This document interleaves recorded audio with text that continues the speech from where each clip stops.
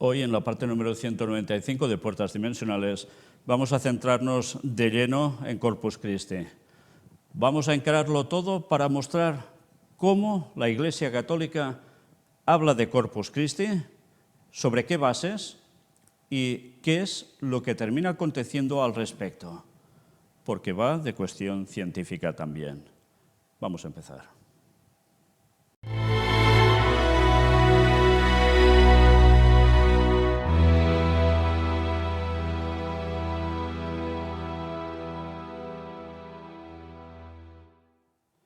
Pues lo primero, pongamos las bases sobre Corpus Christi, la historia del milagro eucarístico con el que nació la fiesta del Corpus Christi. Se trata de uno de los milagros eucarísticos más importantes de la historia de la Iglesia. Ocurrió en la Catedral de Orvieto, en Italia, y tras lo ocurrido fue el Papa Urbano IV quien instituyó la solemnidad del Corpus Christi.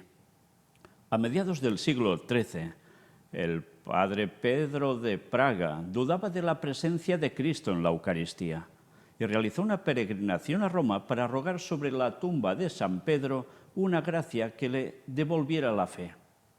Interesante porque fijaos qué siglo es el XIII. Recordad que los siglos XII, XIII fueron los más complicados contra todo lo que tenía que ver con cátaros, valdenses. Interesante que surge precisamente esta cuestión milagrosa. Vamos a ver de qué se trata. Tras regresar de la peregrinación, se dirigió a Bolsena para celebrar la Santa Misa en la cripta de Santa Cristina.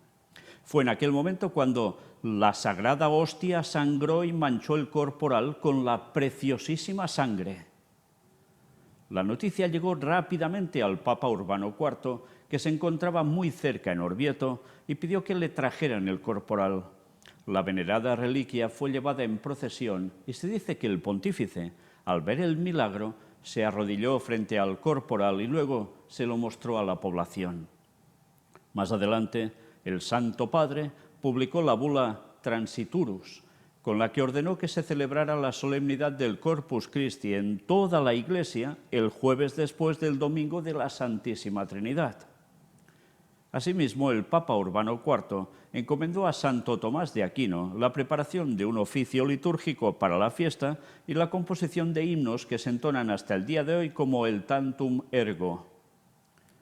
La Santa Reliquia se conserva en la actualidad en la Catedral de Orvieto y se puede apreciar en una capilla edificada en honor a este milagro eucarístico. Además, el corporal sale en procesión cada año durante la solemnidad del Corpus Christi y preside las celebraciones eucarísticas en la catedral. San Juan Pablo II, durante su visita a la Catedral de Orvieto en 1990, señaló que Jesús se ha convertido en nuestro alimento espiritual para proclamar la soberana dignidad del hombre, para reivindicar sus derechos y sus justas exigencias, para transmitirle el secreto de la victoria definitiva sobre el mal y la comunión eterna con Dios. Casi nada, ¿eh? Vaya milagro el que aconteció para que a partir de allí se impusiese la festividad de Corpus Christi. Y aún siguen paseándolo, ya lo veis. Bueno, pues atención a lo que iremos viendo. Ahora un intermedio para mostrar lo que el Papa dijo, el actual, el Papa Francisco. Este año anterior, el 16 de junio, aparecía esto. Mensaje del Santo Padre para la solemnidad de Corpus Christi. La Eucaristía nos invita a llevar a Dios nuestra vida cotidiana.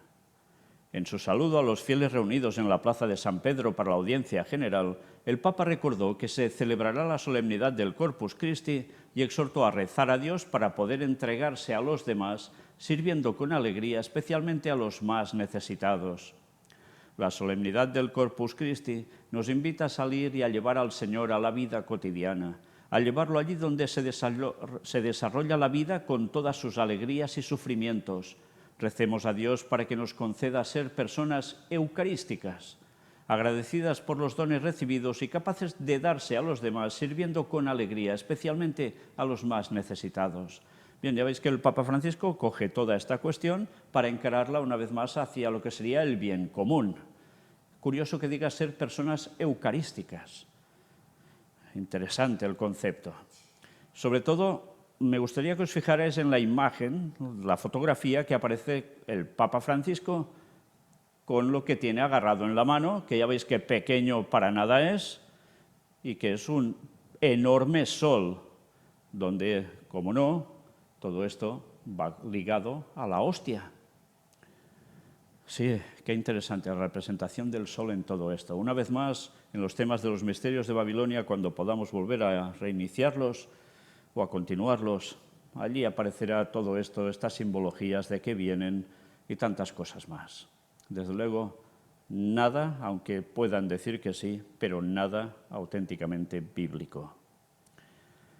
Experimentar el amor de Dios a través del cuerpo y la sangre de Cristo. El Papa explicó que en la solemnidad del Santísimo Cuerpo y Sangre de Cristo se conmemora la presencia real de Dios en la Eucaristía bajo la forma de pan y vino. Despierten la fe en todos para que recibiendo el cuerpo y la sangre de Cristo se experimente cada vez más profundamente su amor. Sí, lo tiene claro, ¿eh? Es la presencia real de Dios en el pan y en el vino. Y concluyó que la Eucaristía, misterio de amor, sea para todos vosotros fuente de gracia y de luz que ilumine los caminos de la vida, apoyo en medio de las dificultades, consuelo sublime en el sufrimiento de cada día. Misterio de amor llegan a llamarle. Sí, misterio, porque verdaderamente esto sí que es un misterio babilónico absoluto. Pero fijaos que nos han dicho que hubo un milagro que marcó la tendencia para que apareciese esta fiesta solemne del Corpus Christi. Pues veamos algo más. ¿Cuál es el proceso que sigue la Iglesia para aprobar un milagro eucarístico? Mirad qué explicación dan al respecto y algunas cosas que hay por allí que vale la pena que estemos atentos. Los milagros eucarísticos son muy poco frecuentes. Según el sitio oficial de la asociación Carlo Acutis, os suena, ¿eh? Ha habido 139 casos en la historia de la Iglesia Católica. Solo unos pocos han sido investigados científicamente. Hablan de 139 casos. En los últimos 50 años, cuando se alega que ha ocurrido un milagro eucarístico, que es un signo sobrenatural que resalta de manera singular la presencia de Dios, generalmente la Iglesia ha seguido un proceso de investigación, aunque este no está oficialmente definido. ¿Cómo suele funcionar este proceso? En primer lugar, tiene que haber certeza absoluta de la cadena de custodia, es decir, certificar que la hostia consagrada o la pieza en la que se ha verificado el supuesto milagro siempre ha estado custodiada y no se ha manipulado. El obispo del lugar debe declarar que sucedió algo muy inusual. El mismo obispo debe convocar a un panel científico de expertos con credibilidad y pruebas. Las pruebas científicas deben coincidir. La hostia o el objeto milagroso deben analizarse utilizando diferentes pruebas que lleguen todas a la misma conclusión. Por tanto, ya veis que se hace todo un proceso realmente muy científico. En resumen, el panel de científicos debe concluir por unanimidad que no se han utilizado sustancias ajenas, que la cadena de custodia, control y registro que se aplica al material probatorio, es sólida y que no hay explicación humana de lo que pueda haber sucedido. Por tanto, milagro. El presentador de WTN y divulgador científico, el padre Robert Spitzer, explicó al National Catholic Register los primeros pasos. Lo primero es salvaguardar la Eucaristía para que se monitoree la cadena de custodia, comentó. Un obispo auxiliar de Nueva York, en Estados Unidos, profundizó en los otros pasos. Si el examen preliminar indica un evento milagroso, el párroco de la iglesia donde ocurrió el hecho se ha de comunicar con el obispo local, indicó Monseñor John Bonici, obispo auxiliar de Nueva York y párroco de la iglesia St. John's in Paul en Larchmont. Una vez que el obispo es notificado, puede comenzar una investigación más formal si considera que es justificada. Ya veis todo el proceso que hay. Cuando se trata de milagros eucarísticos, la mayoría de ellos tienen que ver con hostias que se han convertido en carne o parecen tener sangre, señaló Monseñor Bonici. Cuando el milagro eucarístico involucra una hostia que ha cambiado radicalmente de apariencia, se debe llamar a los científicos. Junto al análisis de toda la evidencia física relevante, se entrevista a testigos como sacerdotes, sacristanes, ministros de la Eucaristía y feligreses. El equipo científico también necesita certificar la cadena de custodia y, como se mencionó anteriormente, que no se haya agregado conservantes a la hostia. Una vez recopilada y examinada toda la evidencia, el jefe del equipo científico redacta un informe. Si la conclusión final es que lo sucedido es científicamente inexplicable, se espera que todos los miembros del equipo den su aprobación. Luego de la investigación, el obispo local convoca una comisión teológica para asegurarse de que nada en juego contradice la doctrina de la Iglesia, antes de llegar a un juicio final sobre la autenticidad del presunto milagro. Interesante, nada contradice la doctrina de la Iglesia. Pero claro, es que ya contradice la doctrina de la palabra de Dios, que es algo distinto de la Iglesia católica, que esto sea un hecho que se convierta literalmente la hostia y el vino en el cuerpo y la sangre de Cristo. Pero claro, esto no va en contra de la doctrina de la Iglesia católica, que lo aceptan así como tal. Por tanto, fijaos qué bien lo tiene el diablo ya cuando hay una base asentada y aceptada de lo que puede estar en consonancia con unas creencias erradas y que encima un milagro lo apoye. Pues vaya engaño perfecto.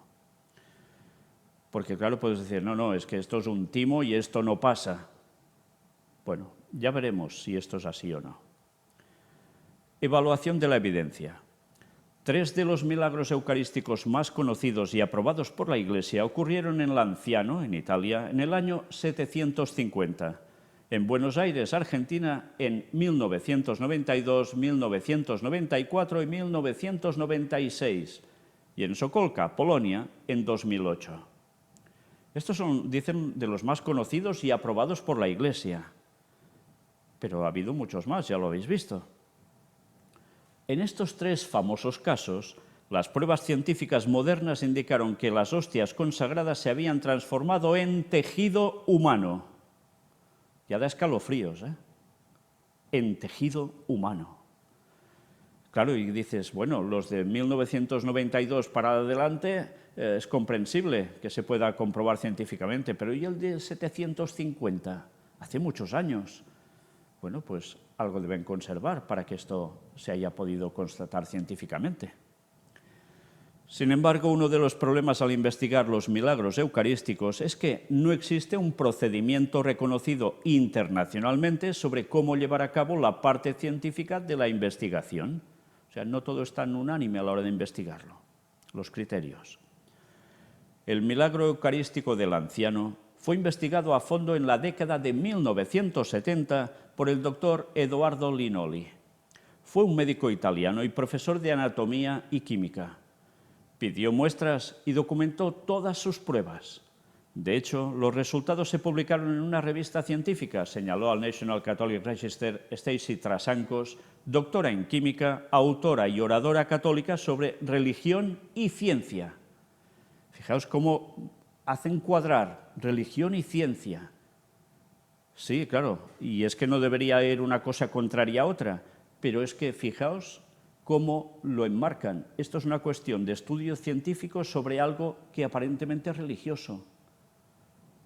¿Os dais cuenta cómo llegará un momento en que la religión y la ciencia irán unidas del todo sí o sí, que es lo que está volviendo a apretar el Vaticano para que se haga? Que no estaría nada mal si verdaderamente todo se congeniara bien, con bases bien asentadas tanto de un lado como de otro. Pero si no, religión y ciencia puede ser utilizado por el diablo para hacer lo que quiera. Ya veis. Otros milagros eucarísticos han tenido muestras enviadas y analizadas en laboratorios, pero solo la investigación del anciano alcanzó el rigor de ser aceptada en una revista científica.